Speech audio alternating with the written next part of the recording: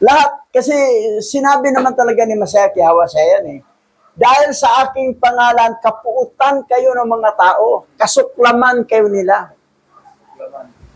Pag ipangaral mo yung totoong pangalan, Yahweh, nagkatawang tao, Yahweh siya ay alahayam, makapangyarihan, alahayam, powers.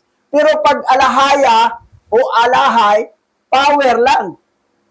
Isang power, hindi powers. Oh. Hindi marami. Hindi almighty power. So, parang binaba tuloy ang Yahweh na, ano ka lang, alahaya ka lang. Hindi, ang alahayam, plural, ibig sabihin yung, ang salita kasi alahayam, sa English yan, powers. Sa Bisaya, makagagahom.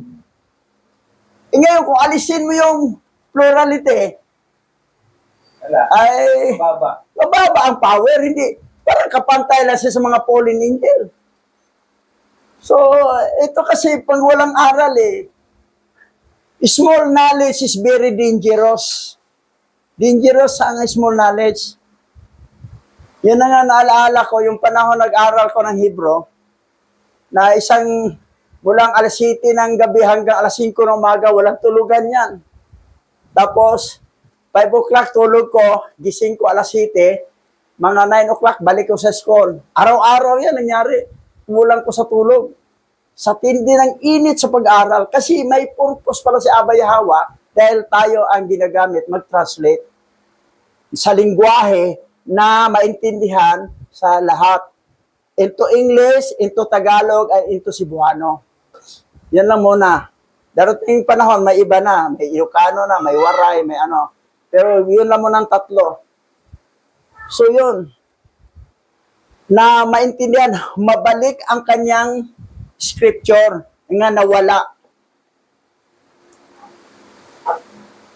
So, ngayon, ito namang dalawa na gustong magkaroon sila.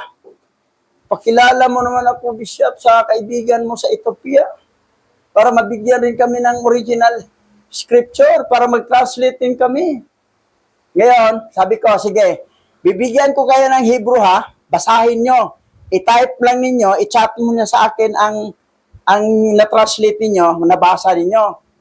Eh marami namang palpak Sabi ko, kulang ka pa sa aral, hindi ka mabigyan. Kung pakilala kita doon, hindi ka rin mabigyan dahil sablay ang mga pagbasa mo. May ibang nabasa mo, tama, ang iba. Karamihan sablay.